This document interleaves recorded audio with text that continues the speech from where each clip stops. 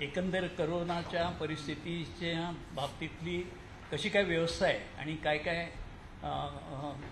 तरतुदी झालेल्या आहेत, काय करणं आवश्यक आहे ह्याचा सगळा आढावा घेतला आणि त्याच्यामध्ये स्वतः आरोग्यमंत्र्यांनी तपशीलवार माहिती घेऊन काही सूचनाही दिलेल्या आहेत की ज्याच्यामध्ये प्रमुख जी सूचना आहे की कोणत्याही परिस्थितीमध्ये जो मृत्यूदर आहे हा कमीच होत गेला पाहिजे आणि त्यासाठी काय काय करावं ह्याच्या त्यांनी सूचना दिलेल्या आहेत. साधारणपणे आयसोलेशन आहे, त्याचबरोबरीनं आमच्याकडे जे काही इन्स्टिट्यूशनल क्वारंटाईन करण्याची जे व्यवस्था केलेली आहे त्याचा जास्तीत जास्त वापर करून लवकरात लवकर जर हे रुग्ण आपल्याला आढळले तर त्यांची लक्षणं सौम्य असतानाच त्यांच्यावर उपचार सुरू होऊ शकतात. त्याच्यातून रुग्ण बरे होण्याचा दर हा चांगला वाढू शकतो. याबद्दलच्या स्पष्ट सूचना मी तसंच माननीय आरोग्यमंत्र्यांनी सर्व संबंधितांना दिलेले आहेत आणि त्याचबरोबरीनं महानगरपालिकेतर्फे शहरामध्ये आणि इतर प्रशासनातर्फे ग्रामीण भागामध्ये ज्याप्रमाणे लवकरात लवकर हे रुग्ण आढळावेत आणि कुणीही उपचाराविना राहू नये, जास्त काळ त्याच्यात काढू नये. कारण जर त्याच्या काळाचं जर व्यत्यय त्याच्यामध्ये काही जर हे झालं, वेळ वाया गेला तर त्याची प्रकृती व्यक्तीची बिघडण्यामध्ये जास्ती शक्यता असते आणि म्हणून ह्याचे स्क्रीनिंग करणं, त्याच्याबद्दल जास्तीत जास्त तपासणी करणं ह्या गोष्टी वाढवण्याच्या सुद्धा सूचना दिलेल्या आहेत. कोणतीही यंत्रणा कमी पडू नये ह्याची पूर्णपणे खबरदारी राज्य शासनाने घेतलेली आहे. उद्याचा जो लॉकडाऊन आहे हा सुद्धा नाईलाजाने करावा लागतोय, कारण लॉकडाऊन करावं ही कुठल्याही शासनासाठी कुठल्याही यंत्रणेसाठी काही फार मोठी सुखावह गोष्ट नाही. परंतु आपल्या जिल्ह्यामध्ये शहरामध्ये रुग्णांची संख्या वाढत असल्यामुळे आता जनतेतूनच ही मागणी आली की याच्यावर एखादा प्रभावी उपाय करा. लॉकडाऊनसारखा सुद्धा उपाय करायला हरकत नाही. लोकप्रतिनिधींनी सुद्धा याबद्दलचा आग्रह केला आणि त्याच्यामुळेच उद्यापासूनचा हा लॉकडाऊनचा सुरू होत आहे आणि तो जास्तीत जास्त प्रभावीपणे अंमलात यावा ही आमची सर्वांची इच्छा आहे की ज्याच्यामुळे पुन्हा पुन्हा लॉकडाऊन करायची वेळच येऊ नये. तर ह्या पूर्ण 8-10 दिवसाच्या लॉकडाऊन नंतर कोरोनाची साखळी पूर्णपणे भेदण्यामध्ये आपल्याला यश आलं पाहिजे. ही साखळीच एकदा तुटली तर आपण ह्याच्यातून मुक्त होऊ शकू, हा त्याच्या मागचा मुख्य उद्देश आहे. या शहरामध्ये बाहेरून जे येणारे लोक आहेत त्यांच्यामुळे प्रादुर्भाव होऊ नये म्हणून सुद्धा खबरदारी घेतलेली आहे. साधारण 6 एंट्री पॉईंट आहे. निम्मे जे मुख्य रस्ते आहेत ते 6, ह्या 6ही ठिकाणी नियंत्रण पथकं ठेवण्यात येत आहेत आणि शहरात प्रवेश करू इच्छिणाऱ्या प्रत्येकाची तिथे अँटीजेन टेस्ट होणार आहे. हे अँटीजेन टेस्टचा रिपोर्ट साधारण 1 तासाभरात येतो आणि त्या 1 तासातच ते जर पूर्णपणे निगेटिव्ह असेल तर त्याला जाऊ दिलं जाईल. जर त्याच्यामध्ये काही आजारपणाचं लक्षण आढळलं तर ताबडतोब ताब्यात घेऊन त्याला रुग्णालयामध्ये पाठवलं जाईल. त्यामुळे कुणीही शहरामध्ये असंच येऊ शकेल आणि प्रादुर्भाव वाढवेल किंवा संसर्ग वाढवेल ही शक्यता नाही. 6ही ठिकाणी एंट्री पॉईंट्सना 12-12 तासाच्या ड्युटीज देऊन 2-2 पाळ्यांमध्ये पथकं ठेवली जातील. म्हणजे एकूण 12 पथकं ही सुसज्ज ठेवण्यात आलेली आहेत आणि ही सगळी खबरदारी एवढ्यासाठीच घेतलेली आहे की शहरामधला जो रुग्ण वाढीचा वेग आहे तो जास्तीत जास्त लवकर कमी व्हावा. आरोग्यमंत्र्यांनी रुग्णालयांमध्ये जी व्यवस्था आहे तिचा पूर्ण तपशिलाने आढावा घेतला. औषधांचा पुरवठा व्यवस्थित आहे याची त्यांनी खबरदारी घेतली आहे. इतरही काही ज्या सूचना होत्या त्या त्यांनी दिलेल्या आहेत ते त्यांच्या स्वतःच्या निवेदनामध्ये करतील. माझी जनतेला कळकळीची विनंती आहे की आपण 1, 2, 3, 4 लॉकडाऊनमध्ये गेल्यानंतर अतिशय कडक असा एक लॉकडाऊन 10 दिवसाचा आता घेतो आहोत आणि हा उपाय एक असा उपाय आपण करतोय की जो खरं तर करायची वेळ येता कामा नाही होती पण आली. तर हा उपाय आता पूर्णपणे यशस्वी झाला पाहिजे. यासाठी तो यशस्वी करण्यामध्ये जनतेचा सहभाग त्याच्यात असणं हे महत्त्वाचं आहे. जनतेनं जर मनापासून पूर्णपणे सहभाग दिला तर मला खात्री आहे की लॉकडाऊनचं जे पाऊल आपण उचललेलं आहे ते यशस्वी होईल आणि आपलं शहर, आपला जिल्हा हा करोनामुक्त होण्याच्या दिशेनं झपाट्यानं प्रगती करेल. तेव्हा जनतेला कळकळीची विनंती आहे, आता पूर्ण सूचना आधी दिलेली आहे. 3-4 दिवसापासून याचं सुतोवाच झालेलं आहे. त्यामुळे अनेकांनी आपल्या घरी काही वस्तूसुद्धा घेऊन ठेवलेल्या आहेत. तेव्हा खरेदीसाठी सुद्धा बाहेर पडण्याची आवश्यकता नाही. तेव्हा घरीच राहा, सुरक्षित राहा आणि लॉकडाऊन यशस्वी करा अशी माझी जनतेला विनंती आहे. आणि त्याचबरोबर सर्व प्रसार माध्यमातील मित्रांना खास आग्रहाची विनंती आहे की तुम्ही या दृष्टीने तुमच्या मताला खूपच महत्त्व आहे. तेव्हा तुम्ही सुद्धा त्या दृष्टीने जनतेला आवाहन करण्यामध्ये कुठेही कमतरता भासू देणार नाही अशी माझी आपल्याला विनंती आहे आणि आपल्याकडून तशी अपेक्षा आहे. आपल्या सर्वांच्या सहकार्यानं ह्या करोनाचा प्रादुर्भाव थांबवून आपण एका सुरक्षित जिल्ह्याच्या, शहराच्या दिशेनं वाटचाल करू अशी मी अपेक्षा करतो आणि माझे सहकारी राजेश टोपे यांना विनंती करतो की त्यांचं निवेदन त्यांनी करावं. आदरणीय सुभाष देसाई साहेब, पालकमंत्री औरंगाबाद, आणि आमचे सहकारी श्री अब्दुल सत्तारजी, सर्व अधिकारी वर्ग, पत्रकार बांधवांनो, आज मी तसं तिसऱ्यांदा जवळजवळ औरंगाबादची सविस्तर बैठक घेतोय आणि महत्त्वाचं एकच आहे की आता जसं पालकमंत्री महोदयांनी सांगितलं की ही चेन ब्रेक करण्यासाठी वाढत असलेली संख्या कुठेतरी रोखण्याच्या दृष्टिकोनातून ही, कारण इन्क्युबेशन पिरियड हा जो काही 10 ते 14 दिवस असू शकतो, या दृष्टिकोनातून हा एक लॉकडाऊन घ्यावा अशी सर्वदूर लोकप्रतिनिधींची असो आणि इथल्या स्थानिक लोकांचीही असो, आणि इन जनरल त्यापेक्षाही महत्त्वाचं आमच्या सार्वजनिक आरोग्य विभागाच्या वतीनं देखील एक विचार असा झालेला आहे की ज्या ठिकाणी अशा काही संख्या वाढते त्या ठिकाणी आपल्याला लॉकडाऊन करून ही चेन ब्रेक करण्याच्या दृष्टिकोनातून कारवाई करावी. तर ती उद्यापासून लॉकडाऊनचा एक महत्त्वाचा विषयचा निर्णय या ठिकाणी घेण्यात आलेला आहे. तो पण औरंगाबाद शहरातील आणि ग्रामीण भागातील लोकांना सांगणं गरजेचं आहे. मुख्यतः जी सर्वे म्हणजे आता जो आढावा घेण्यात आला डिटेल, तो मी फार डिटेलमध्ये न सांगता ॲक्शन पॉईंट्स मी सांगू इच्छितो.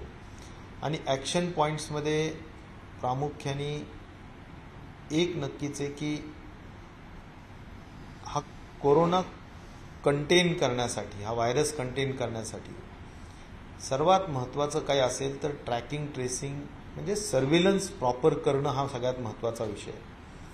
आणि त्यामुळे त्याची जी एकाच 15 वगैरेचा जो इंडेक्स, एक इंडेक्स केसला 15 तरी किमान आपण high risk contacts, low risk contacts मिळून संख्या असायला हवी, ती मे महिन्यामध्ये थोडी घसरली होती. ती एकाच 6, एकाच 7 अशा पद्धतीनं होती, जी आढाव्यामध्ये लक्षात आली. ती आता दुरुस्त करून एकाच 15 ही असायलाच हवी हा एक बंधनकारक विषय करण्यात आलेला आहे की जेणेकरून कोणीही स्किप होता कामा नये, सुटता कामा नये. आणि त्यामुळे सर्व्हेलन्स टीमनी खूप दक्ष राहून काम करणं गरजेचं आहे. हा सगळ्यात पहिला महत्त्वाचा मुद्दा आम्ही ज्यावर भर दिलेला आहे. आता जे लोक हाय रिस्क कॉन्टॅक्ट्स आहेत त्या लोकांना, जो शक्यतो स्लम एरियामध्ये असतील किंवा ज्यांना छोटी घरं आहेत की ज्यांना स्वतःला आयसोलेट करता येत नाही, जे एक व्यक्ती जर घरातला पॉझिटिव्ह झाला आणि त्याच्या घरातले जर बाकीचे लोक असतील तर ते पॉझिटिव्ह होण्याच्या अगोदर त्यांना इन्स्टिट्यूशनल क्वारंटीन करणं खऱ्या अर्थाने ते होऊ नये या दृष्टिकोनातून करणं गरजेचं आहे. आणि म्हणून संस्थात्मक अलगीकरण करणं यावर अधिक भर द्यावा. दुसरा अत्यंत महत्त्वाचा मुद्दा जो सांगण्यात आलेला आहे, कारण इथे 554 इन्स्टिट्यूशनल क्वारंटीन आढळले. आज जवळजवळ 2500च्या दरम्यान ॲक्टिव्ह केसेस आहेत आणि 2500च्या ॲक्टिव्ह केसेसमध्ये 554 किंवा 600पर्यंत इन्स्टिट्यूशनल क्वारंटीन असणं किंवा संस्थात्मक अलगीकरण असणं हा प्रमाण खूप कमी आहे, खूप छोटं आहे.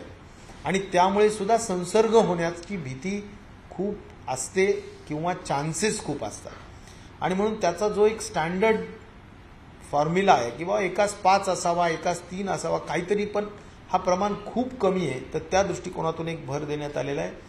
आणि जे प्रशासनाने मान्य केले की आमचं इन्स्टिट्यूशनल क्वारंटीन कमी आहे, आम्ही जरा अधिक वाढवण्याची गरज आहे।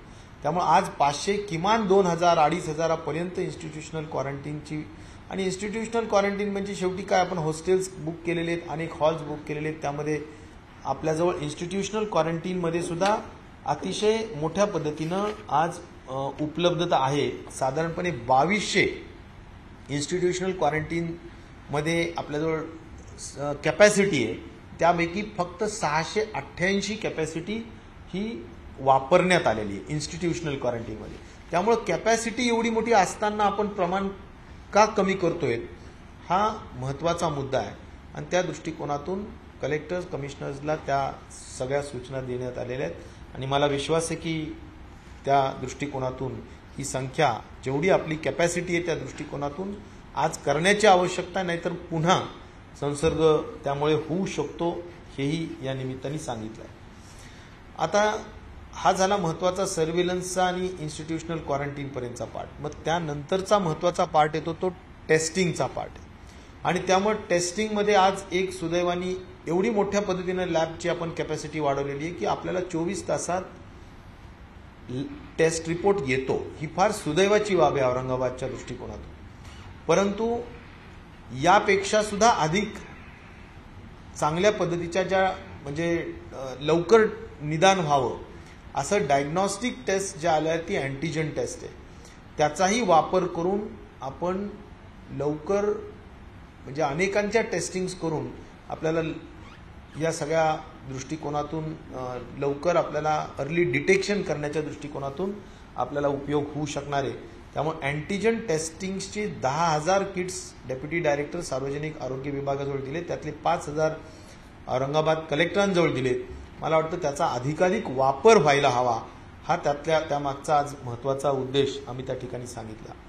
आपले जेवढे काही हेल्थ वर्कर्स आहेत, पोलीस कर्मी आहेत, फ्रंटलाइनर्स, जेवढे काही जाऊन सर्वे करणारे जे लोक आहेत, हे सगळ्या लोकांचे मी तर म्हणेन अँटीबॉडीज टेस्टिंग करण्याची आवश्यकता आहे।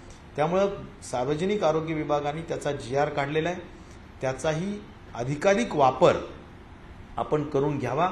कारण त्या दृष्टिकोनातून सुद्धा आम्ही रेट फिक्स केलेले आहेत। जसे आता हे 450 रुपयाला अँटीजन टेस्टचे किट्स मिळतात, तशी ह्याची सुद्धा एक रेट फिक्सेशन करून त्या दृष्टिकोनातून अँटीबॉडीज टेस्टिंग सुद्धा आपल्या सगळ्या हेल्थ वर्कर्सशी करून घ्याव्यात, अशाही सूचना त्या ठिकाणी दिलेल्या आहेत। यापेक्षा पुढे जाऊन एक्सरे टेस्टिंगवर सुद्धा भर दिला पाहिजे। पोर्टेबल एक्सरे टेस्टिंग असेल किंवा आर्टिफिशियल इंटेलिजन्सचा वापर करून आपण खऱ्या अर्थाने जर न्यूमोनिया असेल तर तो लवकर निदान करण्याच्या दृष्टिकोनातून हे एक्सरे टेस्टिंग, पोर्टेबल एक्सरे टेस्टिंगचा उपयोग होऊ शकतो, जो आपण मोठ्या पद्धतीनं धारावीत केला, जो आपण मोठ्या पद्धतीनं मालेगावमध्ये केला आणि आज लवकर निदान होऊन त्या ठिकाणी बऱ्यापैकी डिक्लाइन आपल्याला नंबर्समध्ये पाहायला मिळतात। काल धारावीमध्ये फक्त एक सिंगल केस आली होती, मालेगावमध्ये सुद्धा हार्डली काही केसेस त्या ठिकाणी येत आहेत। आणि त्यामुळे मला असं वाटतं की या सगळ्या नवीन नवीन तंत्रज्ञानाचा उपयोग करून आपण त्याचा व्यवस्थित उपयोग करून घेण्याची आवश्यकता आहे। महत्त्वाचा पार्ट येतो तो ट्रीटमेंटचा, कारण आज शहरामध्ये 5.7 डेथ रेट आहे आणि ओव्हरऑल जिल्ह्याचा डेथ रेट 4.58 आहे। हा डेथ रेट 1% आणि त्याच्याही खाली यावा ही खऱ्या अर्थाने टार्गेट आम्ही राज्यासाठीच दिलेलं आहे आणि तो औरंगाबादच्या दृष्टिकोनातून सुद्धा आवश्यक व्हावे। आणि त्यामुळे शेवटी डेथ रेट कंट्रोल करण्यासाठी अर्ली डिटेक्शन महत्त्वाचं आहे। आम्ही आताच डीन मॅडम होत्या तिथे, हेड ऑफ द डिपार्टमेंट जे काही आमच्या मेडिकल सायन्सेसच्या आहेत त्या होत्या, सगळ्यांनी जे सांगितलं की शेवटच्या क्षणामध्ये लोक येण्याची संख्या पूर्वी खूप असायची, आता कमी झाली, कारण आता सर्व्हिलन्स वाढवलंय त्यामुळे कमी झालेली हे नक्कीच योग्य आहे। परंतु या सगळ्या गोष्टी ज्या काही आहेत या अनुषंगाने प्रॉपर ट्रीटमेंट व्हावं या दृष्टिकोनातून लागणाऱ्या सगळ्या उपलब्धता, प्रामुख्याने जर आपण म्हणाल तर मला असं म्हणायचं की आयसीयूची केअर ही सगळ्यात महत्त्वाची आहे, त्यामुळे त्याचं मॉनिटरिंग प्रॉपर झालं पाहिजे. आता आयसीयू आतमध्ये जे काही गव्हर्नमेंटच्या घाटीमध्ये असेल किंवा प्रायव्हेटमध्ये असेल, आम्ही सर्वदूर नोटिफिकेशन काढले की आता आयसीयूमध्ये सिनियर प्रोफेसर्सनी जायला पाहिजे. कुणी असं नाही म्हणून चालणार नाही किंवा रेसिडेन्शियल्सच्या भरोशावर आयसीयू सोडून चालणार नाही. त्यामुळे तिथे असोसिएट प्रोफेसर, सिनियर जे काही आपले प्रोफेसर्स असतील आणि असिस्टंट प्रोफेसर असतील, त्यांनी सगळ्यांनीच त्यामध्ये लक्ष दिलं पाहिजे आणि अगदी आवरली मॉनिटरिंग करून प्रॉपर आयसीयू केअर घेण्याची आवश्यकता आहे. तशा एक महत्त्वाच्या सूचना दिल्यात. सीसीटीव्ही कॅमेरेज बसवलेच पाहिजेत आणि सीसीटीव्ही कॅमेरेजच्या माध्यमातून सुद्धा सगळे लोक जात आहेत का नाही त्याच्यावर नियंत्रण सुपरवायझरी कॅडर जे असेल, मग डीन आणि त्यांची जी वरिष्ठ मंडळी त्यांनी त्याच्यावर लक्ष दिलं पाहिजे. हा झाला गव्हर्नमेंटच्या दृष्टिकोनातूनचा विषय. परंतु प्रायव्हेटमध्ये जे काही कोविड हॉस्पिटल्स आहेत त्या ठिकाणी सुद्धा तिथले जे प्रश्न ऐकू येत आहेत ते म्हणजे अधिक जास्तीचे बिलं आकारण्याचा. आज कमिशनर आणि कलेक्टरांनी प्रत्येक प्रायव्हेट हॉस्पिटल, कोविड हॉस्पिटलला एक डेझिग्नेटेड ऑफिसर दिलाय, पण तो फक्त आपल्याला 80% बेड्स मिळालेत का नाही हे बघण्याच्या दृष्टिकोनातून असेल, पण त्यांना बिल सुद्धा ज्या ठरवून दिलेल्या गोष्टी आहेत त्याच्यापेक्षा अधिक नाही घेता कामा. आणि त्यामुळं जे काही आमचा जिप्सा आणि टीपीए यांच्या माध्यमातून आम्ही एक फिक्स्ड रेट्स केलेले आहेत ज्याच्यामध्ये सगळ्या गोष्टी इन्क्लुडेड आहेत. म्हणजे तुमच्या सगळे टेस्ट वगैरे जे काही असतील, म्हणजे टोटल ज्याला म्हणू आपण टर्नकी पर डे, मग तो 7,500 रुपयाचा रेट असेल किंवा 4,500चा असेल, हे जे काही रेट्स आहेत वेगवेगळ्या बेड्सच्या अनुषंगाने, तर त्या माध्यमातून बेड्स आकारले जात आहेत का नाही बिलं, हे यासाठी ऑडिटर नेमला पाहिजे प्रत्येक मोठ्या हॉस्पिटलला. मग हे सगळे ट्रस्ट हॉस्पिटल असतील किंवा प्रायव्हेट हॉस्पिटल असतील तर आता ते सुद्धा नेमण्याचं काम केलं जात आहे आणि बिल्स सुद्धा कुठलेही अवाच्या सवा घेऊन चालणार नाही या बाबतीत सुद्धा दक्षता आपण त्या ठिकाणी घेतोय. त्यामुळे सीसीटीव्ही बसवणे, पेशंट्सच्या नातेवाईकांना पेशंट्सला पाहता यावं आणि वार्तालाप करता यावं, हा जो काही सुप्रीम कोर्टाचा निर्णय आहे त्याची पण अंमलबजावणी झाली पाहिजे या दृष्टिकोनातून सुद्धा आपण त्या ठिकाणी आवर्जून सूचना दिलेली आहे.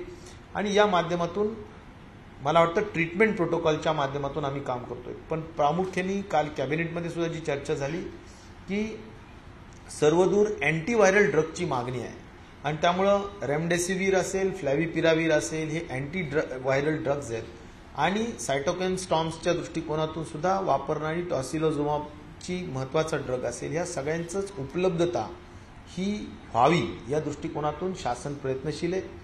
आज सुद्धा मी म्हणजे मागच्या 2 दिवसापूर्वी सुद्धा मी कलेक्टरांजवळ CSR मधून काही रेमडेसिवीरच्या वॉइल्स उपलब्ध करून दिल्या होत्या. आज सुद्धा आम्ही एक 550 नवीन वॉइल्स काही पेशंटच्या दृष्टिकोनातून उपलब्ध करून देतो आहोत. ते पण CSR मधून जाणीवपूर्वक औरंगाबादला या ठिकाणी देण्याचा व्यवस्था करतो आहोत. परंतु सिप्ला कंपनीने एक 2-4 दिवसाच्या आत बाहेर याची उपलब्धता वाढवून देऊ असं सांगितलेलं असल्या कारणाने आम्ही त्याची वाट बघतोय अतिशय उत्कंठेने की उपलब्धता वाढावी. शासन पैसे देऊन खर्च करायला तयार आहे, परंतु त्याची उपलब्धता नाही हा मुख्य विषय आहे आणि ती 2-3 दिवसात होईल, जेणेकरून महाराष्ट्राच्या प्रत्येक जिल्ह्यामध्ये अँटीव्हायरल ड्रग्ज उपलब्ध होतील. तो दिवस आम्ही वाट बघतोय आणि लवकरात लवकर त्याचे रेट सुद्धा, आज मला वाटतं काल मुंबईचं जे टेंडर झालं होतं त्याच्यातून आणि ठाण्याच्या याच्यातून जे काही रेट फिक्स होईल त्या फिक्सेशनच्या अनुषंगाने कलेक्टर आणि कमिशनर्सला हे खरेदी करण्याचा अधिकार आम्ही सर्वदूर देतो आहोत आणि त्या माध्यमातून सगळीकडे ही उपलब्धता व्हावी अशी अपेक्षा आहे. त्यामुळे सिप्ला आणि हिट्रो कंपनीला सुद्धा माननीय मुख्यमंत्री महोदय सुद्धा सातत्याने बोलत आहेत की तुम्ही लवकर उत्पादन वाढवा आणि खाली लोकांना उपलब्ध करा. तर त्या दृष्टिकोनातून तेही आम्ही प्रयत्नशील आहोत, हेही मला आपल्याला सांगायचं आहे. तर अशा काही महत्त्वाच्या बाबी होत्या की ज्याच्यात आपण लक्ष देतो आहोत. आम्ही आता मेल्ट्रॉन जिथे CCC कॅटेगरीची हॉस्पिटल आहे त्या ठिकाणी सुद्धा आम्ही जातो आहोत. मला वाटतं की माननीय देसाई साहेबांनी या ठिकाणी वाटेल तेवढी इन्फ्रास्ट्रक्चर उपलब्ध करून देण्याचा प्रयत्न केलेला आहे. जशा टेस्टिंग फॅसिलिटीज असेल, इथं मेट्रोपोलिसच्या माध्यमातून 10,000 जवळजवळ फ्री टेस्टिंगच्या मला वाटतं टेस्ट करण्याच्या दृष्टिकोनातून मोफत खाजगी लोकांना सुद्धा सुविधा असेल, अशा अनेक गोष्टी त्यांच्या सामर्थ्यातून किंवा त्यांच्या शक्तीतून त्यांनी पालकमंत्री या नात्याने उपलब्ध करून दिलेल्या आहेत. त्याचाही निश्चित प्रकारचा उपयोग औरंगाबाद शहरातील आणि जिल्ह्यातील लोकांना या ठिकाणी होतोय. आणि मोठ्या पद्धतीनं लोकांनी म्हणजे आज मी एक सांगेल की बेड्सची उपलब्धता सुद्धा या ठिकाणी आहे. ICU बेड्स असतील किंवा CCCचे बेड्स असतील आणि ऑक्सिजनचे बेड्स असतील, ते सुद्धा आज अशी परिस्थिती नाहीये की आपण संपलेत बेड्स आणि आता लोकांना अडचण आहे, अशातली परिस्थिती नाही. आज साधारण घाटी हॉस्पिटलमध्ये 125च्या वर बेड्स उपलब्ध आहेत, प्रायव्हेटमध्ये उपलब्ध आहेत आणि CCC कॅटेगरीमध्ये जिथे फक्त एसिम्प्टोमॅटिक पेशंट्स ठेवू शकतो तिथे सुद्धा मोठ्या संख्येने, म्हणजे माझ्याजवळ आकडा आहे की साधारणपणे शहरामध्ये 1100 पैकी 800 ऑक्युपाईड आहेत आणि तिथेही 300-400 उपलब्ध आहेत. अशी सगळीकडे उपलब्धता आहे. परंतु आपल्याला मुख्यतः ह्या 10 दिवसाच्या मोठ्या पद्धतीनं अत्यंत कडक आपण लॉकडाऊन पाळूया. आणि मी औरंगाबाद शहरातील ग्रामीण भागातील सुद्धा सगळ्या औरंगाबाद वासियांना अतिशय नम्रतेची आव्हान आणि विनंती करेल की आपण आपल्या स्वतःच्या आरोग्यासाठी, आपल्या स्वतःच्या जीवनाच्या अधिक सुरक्षिततेसाठी, समाजाच्या सुरक्षिततेसाठी आपण शासनाच्या या आव्हानाला आणि प्रशासनाला चांगल्या पद्धतीनं प्रतिसाद देऊन आपण या सगळ्या लॉकडाऊनला यशस्वी करून हा कोरोनाचा जो चेन ब्रेक करण्याच्या दृष्टिकोनातून, साखळी तोडण्याच्या दृष्टिकोनातून मुलाचं सहकार्य करावं, असं आव्हान आणि विनंती मी या निमित्ताने करेल. आणि अपेक्षा करेल की निश्चित प्रकारे आज औरंगाबादमध्ये स्लम्समध्ये संख्या येत नाहीये. आता मोठ्या म्हणजे आपण मध्यमवर्गीय आणि उच्च मध्यमवर्गीयांमध्ये आपल्याला प्रत्येक कॉलनीमध्ये कुठे 1, 2, 4, 2, 3 अशी सगळी संख्या सापडते. त्यामुळे स्लम्समध्ये आपण बऱ्यापैकी मोठ्या पद्धतीनं सर्व्हिलन्स आणि कंटेन करण्याच्या दृष्टिकोनातून यशस्वी झालेलो. परंतु आता जर मध्यमवर्गीय, उच्च मध्यमवर्गीय मंडळींनी सुद्धा ज्या काही आपला जो काय म्हणायचं खूप बाहेर कुठल्याच कारणाने जाऊन संसर्ग होऊ नये या दृष्टिकोनातूनची काळजी घ्यावी, अशी आव्हान आणि विनंती या निमित्ताने करतो. धन्यवाद. आशिष, महाराष्ट्र टाइम्स. माझा प्रश्न असा आहे की हे पुन्हा लॉकडाऊन करताय. आज तुमची बैठक सुरू असताना शहरातली आकडेवारी आहे 300च्या पार आज पुन्हा आणि 5 जणांचा मृत्यू झाला. तर या लॉकडाऊनमुळे ही साखळी तुटेल का? हा राज्य सरकारला विश्वास आहे का? आणि ही जबाबदारी कुणाची आहे? काय होत आहे? रुग्णसंख्या वाढते, 7,500च्या पोटात गेली. मग या सगळ्या प्रकरणाला जबाबदार कोण आहे? शासन, प्रशासन की जनता? काय वाटतं तुम्हाला? आणि ही जी लॉकडाऊन तुम्ही पुन्हा करताय तर ते थांबेल असं तुम्हाला विश्वास आहे? सर याला जोडून विचारतोय की रुग्णसंख्या झपाट्याने वाढत चाललेली आहे. आपलं कुठं काही चुकलं, म्हणजे प्रशासनाचं, सरकारचं कुठं काही चुकलं, किंवा ही वाढ तुम्हाला अपेक्षित होती, नक्की झालंय काय? मला असं म्हणायचं की एक सुरुवातीपासून आपल्याला माहिती असेल की कोरोना हा अत्यंत संसर्गजन्य कॉन्टॅजियस डिसीज आहे.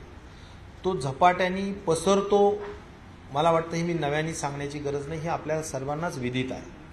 आणि त्यामुळं एक नक्कीच आहे की बरं होण्याची संख्या सुद्धा आज 60% हा आपण जमेची बाजू ही पण लक्षात घेतली पाहिजे की एकीकडे आपण आकडा सांगतायत 5,000 तर तिथे जवळजवळ 3,000च्या वर रुग्ण बरे होऊन गेलेले. हा जमेची बाजू आपण या ठिकाणी लक्षात घेतली पाहिजे. आणि त्यातून क्रिटिकल पेशंट सुद्धा बरे होऊन गेलेले.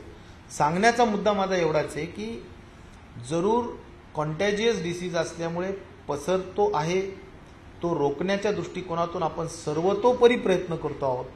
लॉकडाऊन हा नेहमी कधी करायचा असतो तर त्याचा एक जनरल थंब रूल असा आहे की आपल्याला साधारणपणे आपलं जे काही बेड्सची संख्या आहे किंवा आपली आरोग्याच्या सुविधेची संख्या आहे ही कुठेतरी आपल्याला जसं आपण एक 10-20% राहिल्यानंतर असं होऊ नये की सगळी संख्या संपलेली आपल्याला आणि आपल्याजवळ आता बेड्स उपलब्ध नाही आहेत.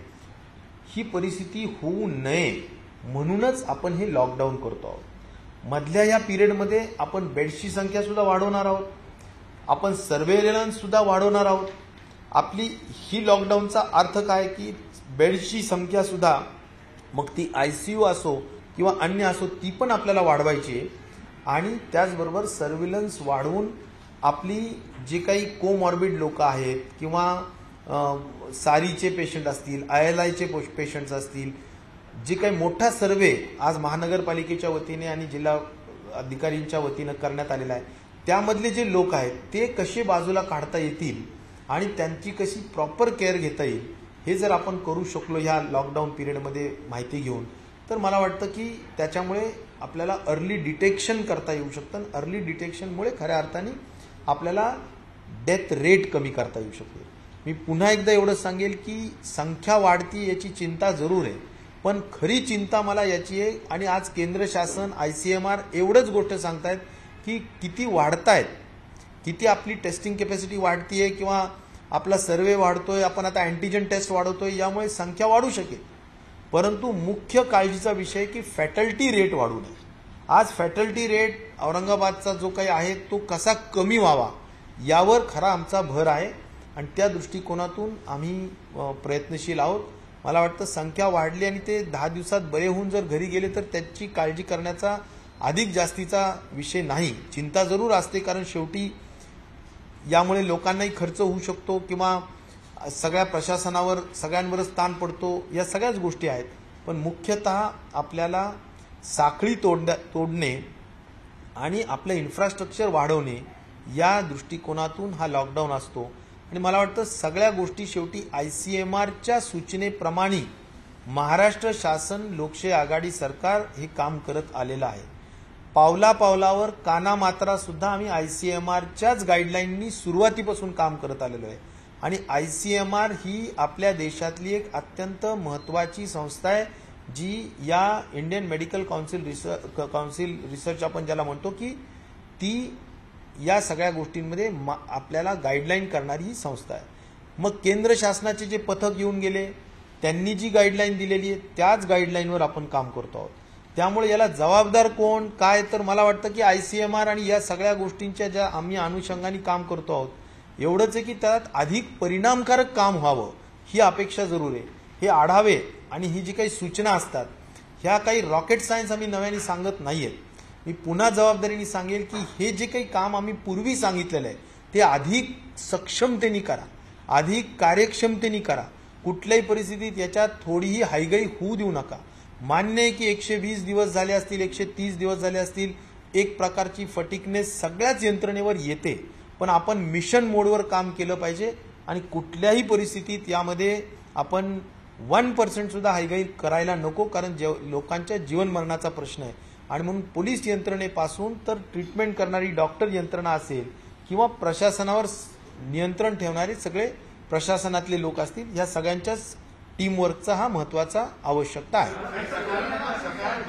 सांगितलं जात आहे की बरे होण्याचं प्रमाण चांगलं आहे, आम्ही बेड्स वाढवणार, हॉस्पिटल्स वाढवणार, हे तर प्रशासन सरकारचं कर्तव्यच आहे. तर संसर्ग रोखण्यासाठी का प्रशासन एवढं पुढे येते? जर संसर्ग तर रोखला गेला गल्लीबोळामध्ये जाऊन, तर तुम्हाला बेडची इकडे जास्त लक्ष देण्याची गरज. अगदी बरोबर आहे. कुठेतरी चुकते हे मान्य करायला तयार आहात का तुम्ही?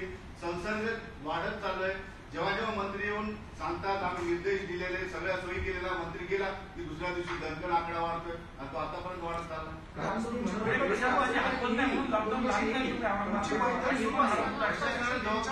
संसर्ग रोखण्यात अपयश आलेले मृत्यू झाले. मी काय म्हणतो की शेवटी जगामध्ये आज मी तुम्हाला एक सांगू का, न्यूयॉर्कमध्ये दररोज 55,000 आकडा वाढतो, 55,000. माझं ते म्हणणं नाही, आकडा हा वाढतो कारण तो संसर्गजन्य आहेच. प्रश्न एवढाच आहे की आपलं काम आता एवढंच असलं पाहिजे की आपल्याला फॅटल्टी रेट कमी केला पाहिजे.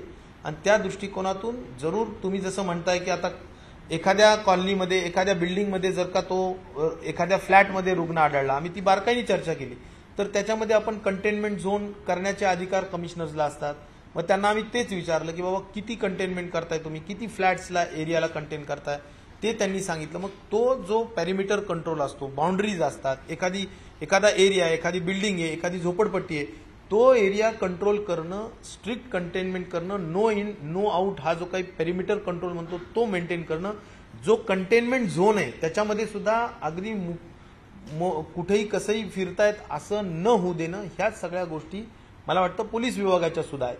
तर हे सगळ्या गोष्टींच्या सूचना वारंवार आपण देतोय. मी पुन्हा पुन्हा काय म्हणतो की आढावा, मी शेवटी तिसऱ्यांदा बैठक घेतोय.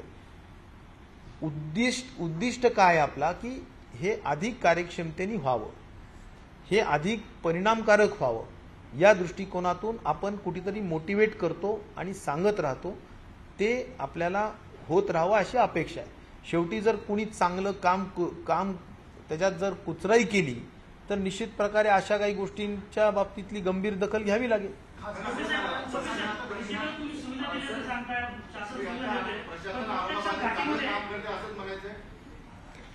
आता प्रशासन काम करत आहे, चांगलं आणि वाईट पेक्षा ते त्या डायरेक्शन्सला काम करत आहे.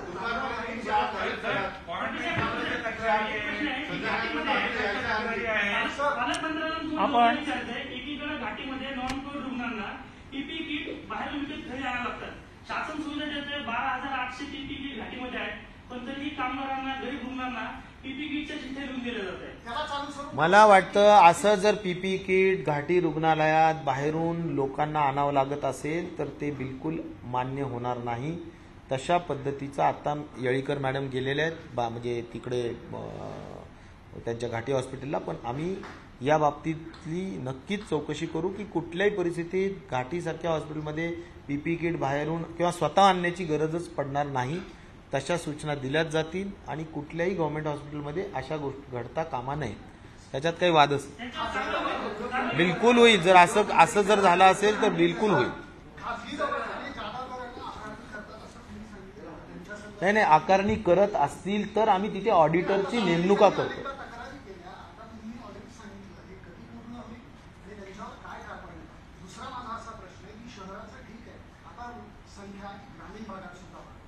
तुमची संख्या शहरातच पुरू शकत नाही तर तुम्ही ग्रामीण भागापर्यंत सोयी सुविधा केव्हा पुरवणार हाही प्रश्न आहे.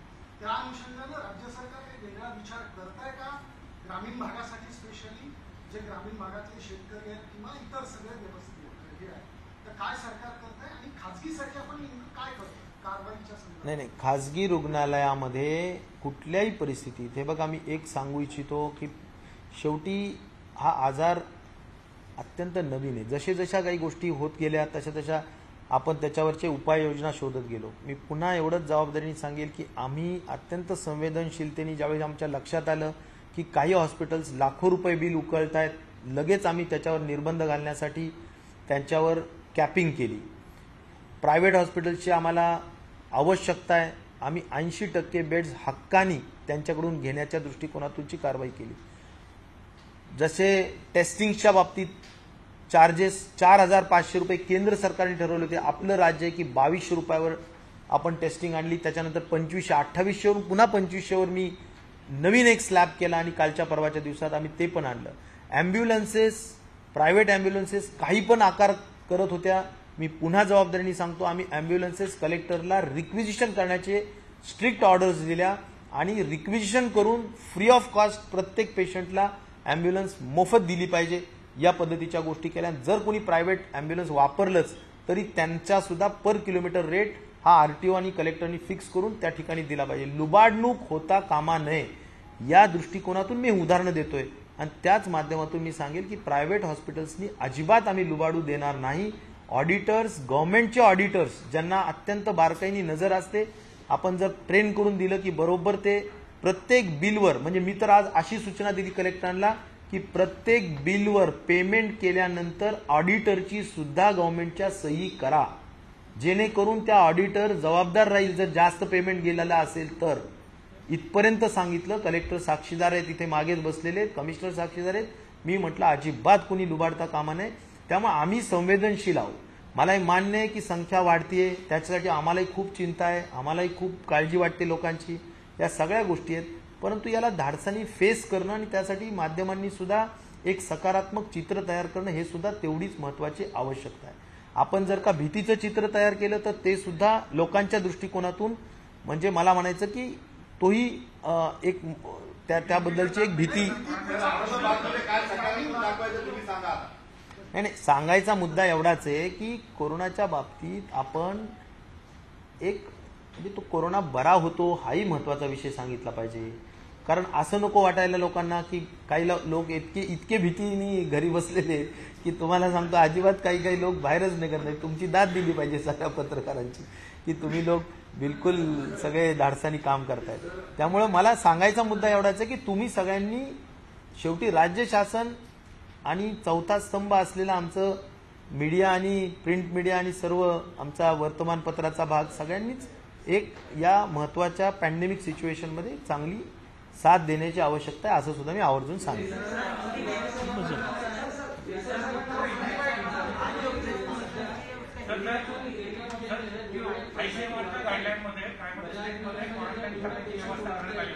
एक महत्वाचं मी एवढं सांगेल की आज खूप प्रदीर्घ चर्चा झाली एका गोष्टीवर आणि ती म्हणजे या औरंगाबाद शहरामध्ये घाटीमध्ये आपण कुठल्याही परिस्थितीत प्लाझ्मा थेरपी सुरू करणार आहोत. तर प्लाझ्मा थेरपीच्या बाबतीत आपण त्यांना जे साधारणपणे त्याला आपण अँटीबॉडी टायटर म्हणतो ती टायटर करण्यासाठी आज आपल्याला NIVला पाठवावं लागतं आणि तिथून मग ते म्हणजे IgG, IgM आणि न्यूट्रलायझिंग अँटीबॉडी ह्या ज्या काही वेगवेगळ्या त्याचे टायटर्स करण्याचा विषय असतो तर तो आपण इथे करायचा आहे. तर त्या दृष्टिकोनातून मेडिकल एज्युकेशन विभागाचे जे सचिव आहेत मुखर्जी त्यांना आम्ही सोल रिस्पॉन्सिबिलिटी देणार आहे. जितक्या लवकर करता येईल तेवढी अँटीबॉडीज आपल्या काय म्हणायचं प्लाझ्मा थेरपी आपल्याला इथे सुरू करायची. कारण ज्यांच्यामध्ये आता एवढे रुग्ण जे बरे झालेले आहेत त्यांच्यामध्ये जिथे IgGचं प्रमाण अधिक असतं त्यांचं म्हणजे आत्ता मला आपल्या डीन मॅडमने सांगितलं की आपण 5 ते 6 रुग्णांना ताबडतोबीनं प्लाझ्मा देऊ शकतो. असे 5 रुग्णांना आता सध्या त्यांच्याजवळ प्लाझ्मा उपलब्ध आहे.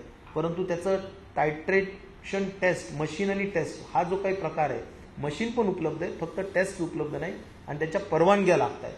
तर परवानगी आणि टेस्ट ह्या 2 उपलब्ध करण्यासाठी मी मुखर्जींना जबाबदारी आम्ही देतोय. ते नक्कीच त्याचा सगळा पूर्ण पाठपुरावा करून आपल्याला औरंगाबाद एक मराठवाड्याचं एक महत्वाचं केंद्र आहे त्या दृष्टिकोनातून प्लाझ्मा थेरपी एक महत्वाची सुरू करायची. कारण 10 प्लाझ्मा थेरपीचे जे काही आपण प्रयोग केलेले आहेत त्यापैकी 9 यशस्वी झालेले. त्यामुळे आपल्याला याच्यावर भर द्यायचा आहे आणि त्यासाठी ह्या ज्या काही छोट्या मोठ्या परवानग्या राहिलेल्या आहेत त्या जितक्या लवकर करून घेता येतील त्यावर सुद्धा आपण भर देतोय. त्यामुळे मला सांगायचा मुद्दा एवढाच आहे की औरंगाबादच्या दृष्टिकोनातून अँटीजन पासून अँटीबॉडी टेस्टिंग पासून तर प्लाझ्मा थेरपीपर्यंत कुठलीही आपण कोणतीच गोष्ट सोडत नाहीये. रेमडेसिवीर सुद्धा मी जसं म्हणालो की कुठे असेल नसेल पण मी CSR मधून उपलब्ध करून देऊन माननीय शरद पवार साहेबांनी सिप्लाला फोन करून सुद्धा त्यांनी काही उपलब्ध करून दिल्या त्या सुद्धा मी इथे देतोय ताबडतोब आज देतोय इथे. त्यामुळे मला म्हणायचं की सर्व पद्धतीनं आम्ही प्रयत्नशील आहे एवढं मी तुम्हाला अतिशय अंतःकरणातून प्रामाणिकपणे या ठिकाणी सांगू इच्छितो.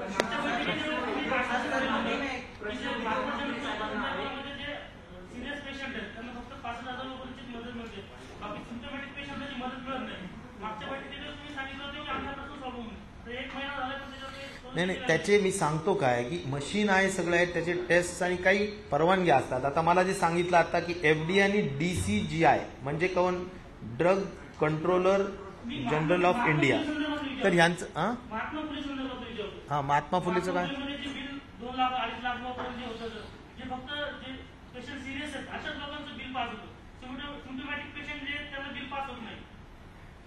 नाही महात्मा ज्योतिबा फुले जन आरोग्य योजनेमध्ये 977 प्रोसिजर्स आहेत पॅकेजेस आहेत. त्यामध्ये कोणताही पेशंट असेल त्यातल्या संबंधाने तर त्याला कॅशलेस सेवाच मिळाली पाहिजे. कुठल्याही परिस्थितीत त्याला चार्ज 1 रुपया पण करता कामा नये. जर चार्ज केला त्या क्षणाला आम्ही त्या हॉस्पिटलला डिएम्पॅनल्ड करू हे मी तुम्हाला आज जाहीरपणे या ठिकाणी सांगतो. त्यामुळे कुठलंही कॅशलेसचा अर्थ झिरो बिल आलं पाहिजे त्याला काही विषय नाही. हा एक नक्की आहे की त्या हॉस्पिटलनी काही त्या 977च्या बाहेर जाऊन काही जर हे असतील तर तुम्ही माझ्या निदर्शनास आणून द्या तेवढ्या पुरतं ते चार्ज घ्यायला त्यांना अलाउड आहे.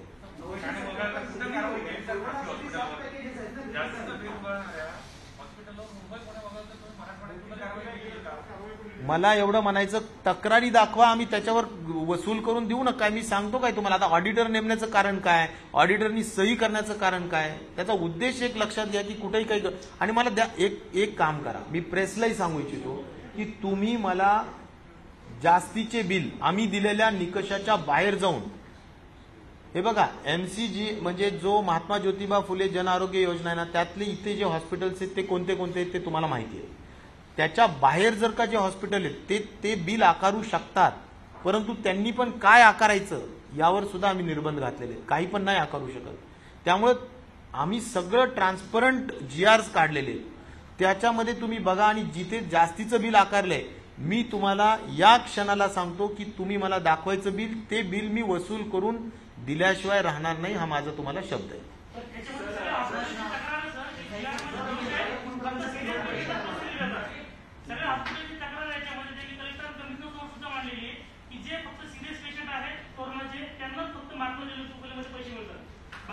मला एक कळत नाही की एसिम्प्टमॅटिक पेशंट असेल एखादा.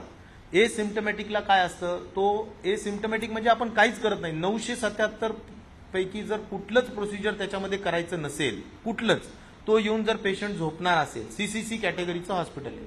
CCCचा अर्थ काय की एसिम्प्टमॅटिक तिथे फक्त जाऊन आराम करणार, त्याला इम्युनिटी वाढवण्याच्या दृष्टिकोनातून व्हिटॅमिन C देणार, नॉमिनल त्याचं ॲझिथ्रोमायसिन वगैरे ज्या काही औषधी असतील त्या देणार, ज्या टॅबलेट्स, समजा आता हायड्रॉक्सिक्लोरोक्विन आहे, 2 रुपयाला गोळी आहे, तर ती देणार आणि तो तिथे आराम करणार, त्याच्यानंतर तो जाणार. पण प्रश्न आहे की त्या 977 पैकी कुठलाच प्रोसिजर केलेली नसेल तर त्या बेडचे जे चार्जेस आहेत ते हॉस्पिटल घेऊ शकतं. मी तुम्हाला जबाबदारीने काय सांगतोय, 977 पॅकेजेस तुम्हीच अभ्यास करा, ते क्लिअर कट आहे.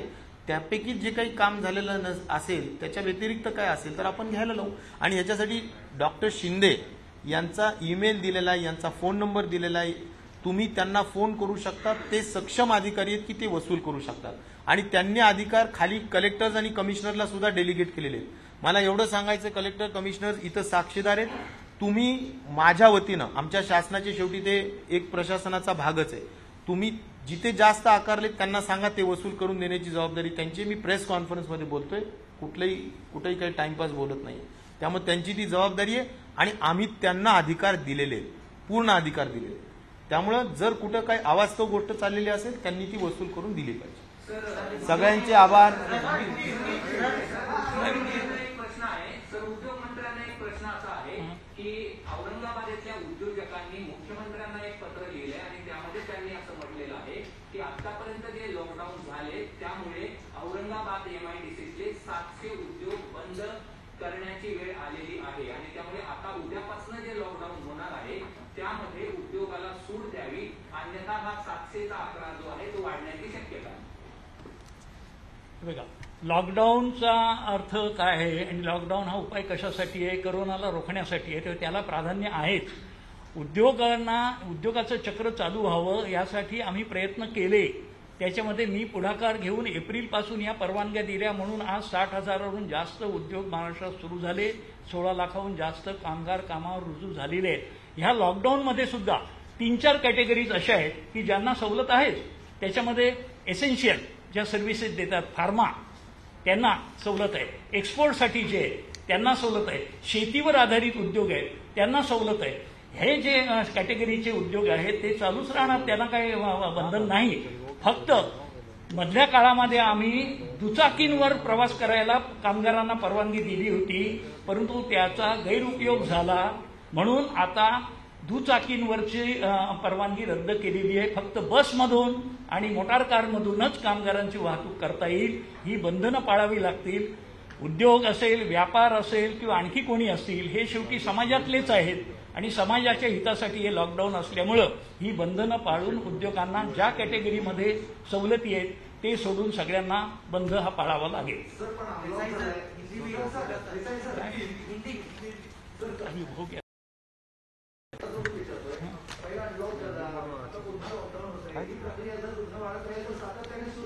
म्हणूनच आमचं आव्हान असं आहे की या लॉकडाऊन नंतर पुन्हा लॉकडाऊन करायची वेळच येऊ नये, म्हणून याला सगळ्यांनी अगदी कडेकोटपणे सांभाळलं पाहिजे आणि सहकार्य दिलं पाहिजे. मला खात्री आहे की याच्यातून आपण सुरक्षितपणे बाहेर पडू. धन्यवाद.